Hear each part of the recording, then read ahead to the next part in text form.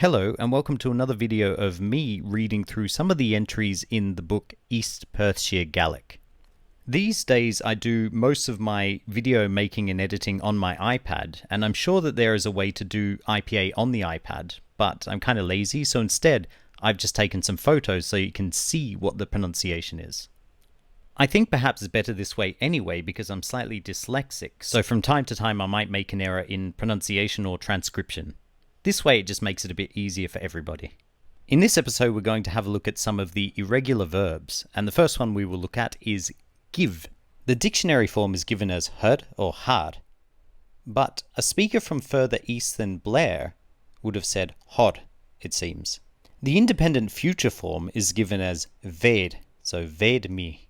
I will give. I will give to you. Ved me gutta. The future dependent form of the verb, so the form of the verb that follows words such as ha and an, is dor. Hadoru. Hadormi. You will not give. I will not give, respectively. The independent conditional is verach. For example, veracha. He would give. The dependent conditional is dorach, as in ndorachu. Would you give? The first person conditional is not written, but I would assume it would be something like verin, I would give, and ndorin, would I give? The singular imperative, so give, is either her or har. It seems to fluctuate between those two pronunciations. And the negative form of it is nater. Plural form, so something like use give, is said as hari, and the negative form is natari. In a similar way, the verbal noun is ter. Hami ter, I am giving.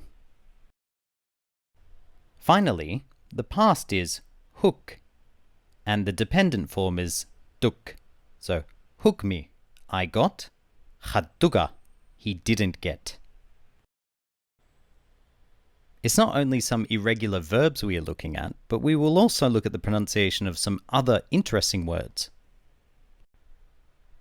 The next word we will look at is translated as over, across, or along, and is said by the main speaker here in three different ways: hersh, hersh, and harsh, with the sh sound sometimes becoming an s sound. Chaya harsh naun. He went over the river. Huga harsh. He collapsed.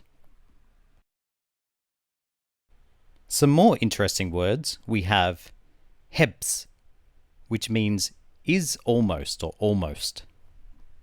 Hegu, which means perhaps. And also hest, which means died. So hesta, he died. Our next verb is come, and the dictionary form is hig. The future independent is hig as well, so higya, he will come.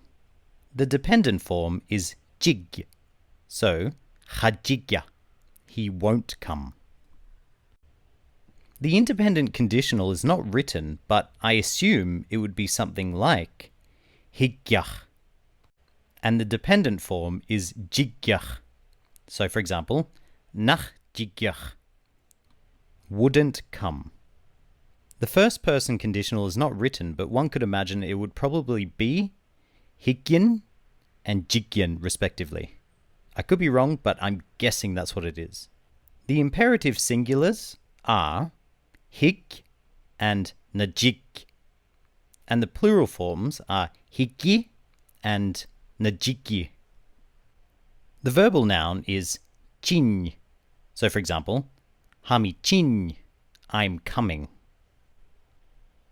The independent past is said as henig, or often just hen, and the dependent past is often denig or den.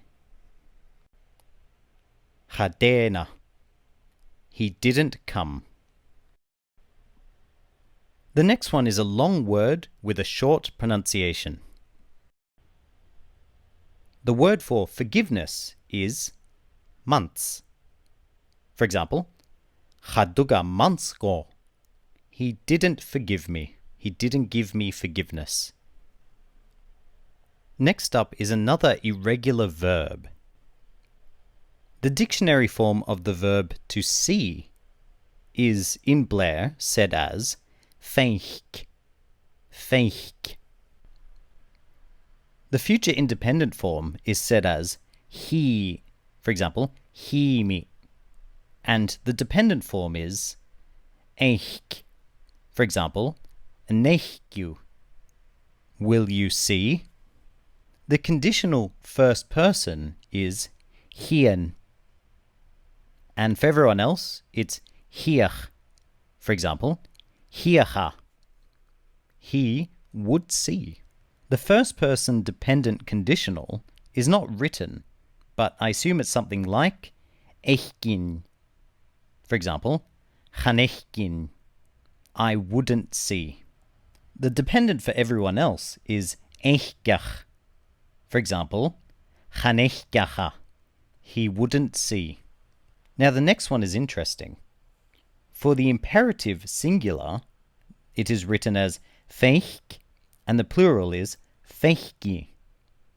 But apparently the more common singular form is hechgu.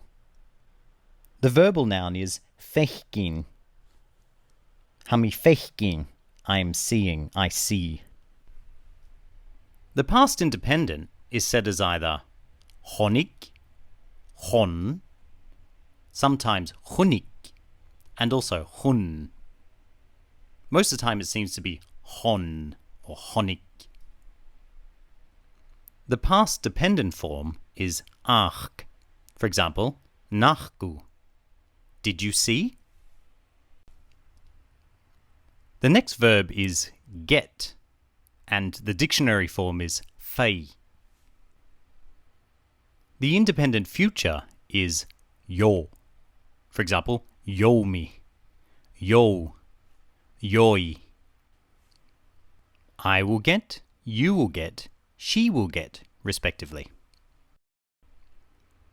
You'll notice written that there is also yoaj.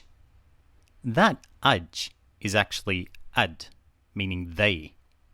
And it is said as aj when it is not followed by a consonant. The dependent form of the future used in Blair is o. For example, nomi. Will I get?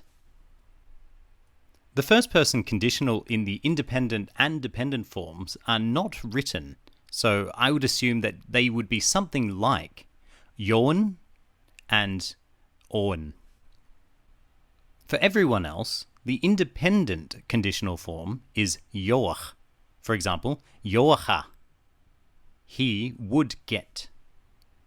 And the dependent form is oach. For example, noacha. Would he get? The singular imperative is fei. And the plural imperative is fei or fei.